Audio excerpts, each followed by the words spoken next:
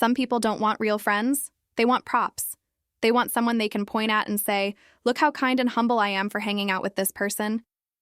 In today's story, I'm going to tell you how a group of rich, popular friends used me as their charity case, a living, breathing accessory to make themselves look good, and how, in the end, I used the truth about who they really were to turn an entire city against them.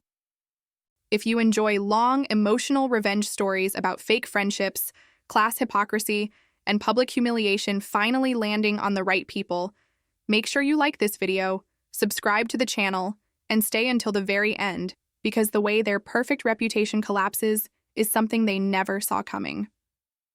My name is Anna, and for most of my life, I was used to being invisible.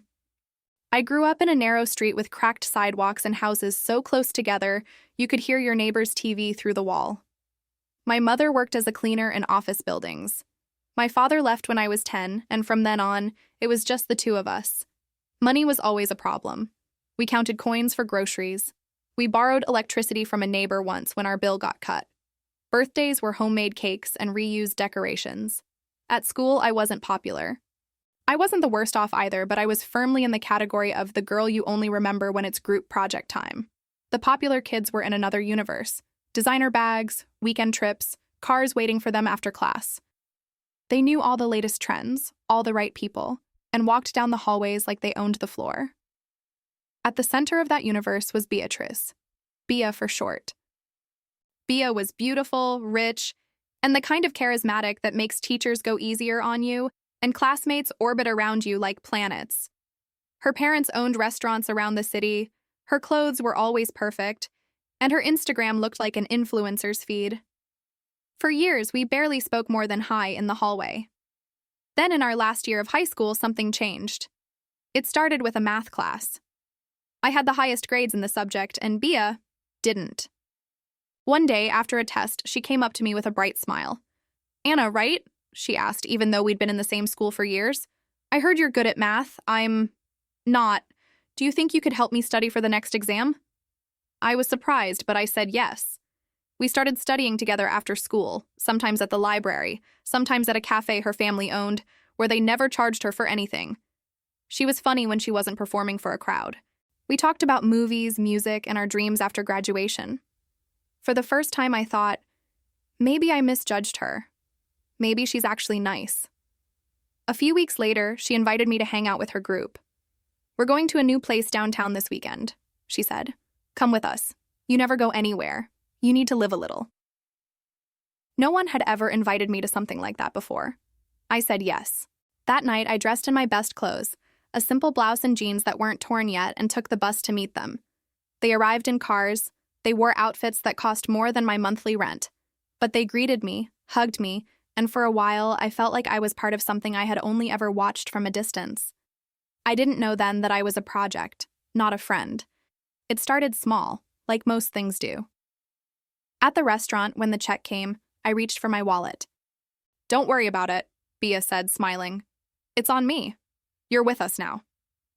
I thanked her, feeling a bit guilty, but also relieved.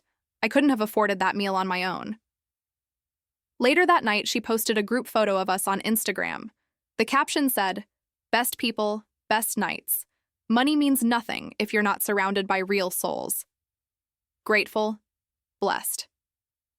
In the photo, I was slightly in the front, my clothes clearly different from the others. The comments poured in. "You're so humble, Bea. Love how you don't discriminate. You're friends with everyone. Queen of kindness." I blushed reading them, even though my name wasn't mentioned anywhere. The next weekend, we went out again, another expensive place. Bea paid again, another photo, another round of comments about how down-to-earth she was. Soon, I noticed a pattern. Whenever she wanted to post something about being real or grounded or not like other rich people, I was in the picture. The girl with the simple clothes, the girl with the shy smile, the girl whose story made her look good, her little charity case. At first, I tried to ignore the small things. Jokes like, "Anna, you're our reminder that the world doesn't revolve around brand names. Anna keeps us humble, guys. Without her, we'd forget what real life looks like. Anna, you're like our documentary friend. Real life in HD." They laughed. Sometimes I laughed too because I didn't know what else to do. When we went to Bia's house for the first time, I felt like I had stepped into a magazine. Giant living room, pool, framed photos from trips abroad. Her mother came out to meet us, elegant, smiling, with that same brightness Bia had. She hugged each of her daughter's friends, then turned to me. "You must be Anna," she said. "Bia told us about you. It's so nice she has a friend from a different reality. It keeps her connected. A different reality." I smiled tightly and said nothing. Later, in Bia's room, I heard her on the phone with someone saying, "No, seriously, she's amazing. She comes from nothing, but she's so smart. I feel like I'm doing something right by helping her see more of the world, you know? Like I was a puppy she had adopted." The turning point came the day Bia said she wanted to see where I was from. "Come on, Anna," she insisted. "We always hang out at my side of town. I want to see yours. We'll grab something to eat there. It'll be fun." I hesitated. My neighborhood wasn't pretty. It wasn't safe after dark. It didn't have Instagram-worthy places. But part of me thought maybe it would be good for her to see that my life wasn't a movie. She arrived with 2 friends, in a shiny SUV that didn't belong on our street. Kids playing on the sidewalk stopped to stare. Neighbors peeked out from behind curtains. They stepped out of the car looking around like tourists. "Wow," one of them said. "This is authentic." We went to a small snack bar at the corner where I used to buy coxinas as a kid. The plastic chairs were slightly wobbly. The floor wasn't spotless, but the food was good and cheap. They took pictures of everything. "The real Brazil," one of them captioned a photo on her stories. "With my favorite warrior girl," she added, tagging me and Bia. On the way back to the car, Bia pulled out her phone and filmed us walking. "Sometimes we forget how privileged we are," she said into the camera. Today, I came to visit a friend who grew up in a very different reality. It's so important to get out of our bubble and see how people live with so little but still smile. People with so little. I was there, right next to her. Not a statistic, not a concept, a person. But in that moment, I realized I wasn't her friend in that video. I was content. Things got worse when I accidentally saw a group chat I wasn't supposed to see. One evening, Bia left her phone on the table while she went to the bathroom at a cafe. A message popped up on the screen from a group named Golden Squad. I didn't mean to look, but when I saw my own name, I froze. One of the girls, Louisa, had written, "Are we taking Anna to the event on Saturday? The charity organizer loved the last photo with her, said it made the brand look human." Another replied, "Yeah, we should. She's like our social responsibility mascot." Someone else, "Bia, you're an angel for having her around, seriously. I'd never have the patience." Then Bia answered, "It's not that hard. She's grateful for everything. And you guys have to admit, the before-after vibe when she's next to us in photos is powerful." The before-after. Like I was the before in a makeover. My chest tightened. My face burned. When Bia came back, I acted normal. I said I felt a bit sick and went home early. That night, I cried harder than I had in years. Not because I was poor, I had always known that, because I had finally believed for a moment that I belonged, and now I knew I was just a tool. The next days, I pulled back. I said I was busy when they invited me out. I didn't answer messages right away. I stopped going to every little thing. Bia noticed. "Hey, what's going on with you?" she asked one afternoon. "You've been weird." "I've just had a lot on my mind," I replied. "Family stuff. Work stuff." She nodded, then launched into a story about a brand collaboration her parents' business was planning. In that moment, 2 things became clear. She had never actually asked about my life in a deep way. She genuinely believed she was a good person because in her head, she was helping me.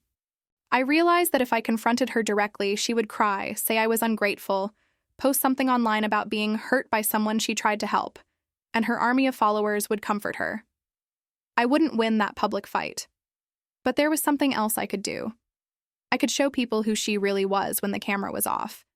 From that point on, I became an observer. I didn't fully cut them off yet. I went to selected events, stayed quieter, watched more than I talked. And I noticed a lot. I saw how they treated waiters like furniture, snapping fingers, clicking tongues, making jokes about tips. I overheard them laugh about how one of their charity projects was really just a tax write-off. I saw Louisa film a crying homeless man for her stories, add sad music, post, "This breaks my heart," and then call him disgusting when she thought the video had finished recording. I started saving things, screenshots of group chats where they mocked people, screen recordings of their private stories, photos and videos of them doing the exact things they claimed to be fighting against. They were careful in public. But no one is careful all the time, especially when they believe no one important is watching. To them, I wasn't dangerous. I was their pet project, which made it very easy for me to document everything. The moment to act arrived on its own. Bia's parents' restaurant chain was launching a big campaign. They partnered with a local news channel and several influencers to promote a solidarity project. Part of the profits from a special menu would go to feeding families in need. The face of the campaign? Bia, of course. Photos of her hugging children in poor neighborhoods, serving soup, smiling with volunteers. Videos of her saying things like, "We have to use our privilege for good. We're all human, no matter where we come from." The city loved it. Articles praised her. People shared her posts. She gained thousands of new followers in days. I watched all of this with a strange mix of anger and cold clarity, because I had the screenshots where she called those same neighborhoods disgusting and said they smelled like poverty. I had the videos where she laughed about pretending to care for a day and then going home to shower the misery off. I had proof. And with the campaign, I had a perfect audience. I didn't want to be reckless. I didn't want to do something that would backfire legally. So I talked to a journalist I trusted, someone who had once interviewed students from disadvantaged backgrounds and done it with genuine respect. I sent her everything: the messages, the videos, the audio recordings, names and dates. I told her my story, how they used me as their charity case friend, how they created an entire identity online based on empathy they didn't actually have. She didn't promise to publish anything. Responsible journalists don't, but she verified. She cross-checked. She found other sources who had similar stories about the same group. And then, one quiet Wednesday morning, the article went live. Headline: Behind the Solidarity Princess, the dark side of a viral charity campaign. The article didn't just mention Bia. It detailed the behavior of her entire group, their private conversations, their recorded cruelty, all with blurred faces where needed, but with enough context that everyone knew who they were. The screenshots I had collected were there. The video of Louisa insulting the homeless man after pretending to cry over him was there. The audio of Bia calling my neighborhood perfect for sad aesthetic photos was there. The city exploded. Within hours, Bia's comments were flooded. Not with praise. With questions. With anger. People wrote, "So you only go to poor neighborhoods when there are cameras? You literally said you have a mascot friend from the slums. This is disgusting." All those posts about being real and humble were a lie. Some defenders said it was all fake, edited, taken out of context. But context has a way of confirming itself. Other people started coming forward with their own stories. A waiter who talked about how badly they treated staff. A volunteer from a charity who described them as performative at best, cruel at worst. Former classmates who remembered the way they mocked anyone who wasn't rich. Brands that had worked with Bia quietly removed old posts. The restaurant campaign page went offline for review. The news channel released a statement saying they were re-evaluating their partnership. Her perfect public image, the girl who brought people together, crumbled in days. And yes, some people still defended her. Some always will. But the uncontested, untouchable aura she had in our city? Gone. A week after the article came out, Bia showed up at the building where I worked. She waited for me outside, sunglasses on, jaw clenched. When I walked out, she walked straight up to me. "It was you," she said through gritted teeth.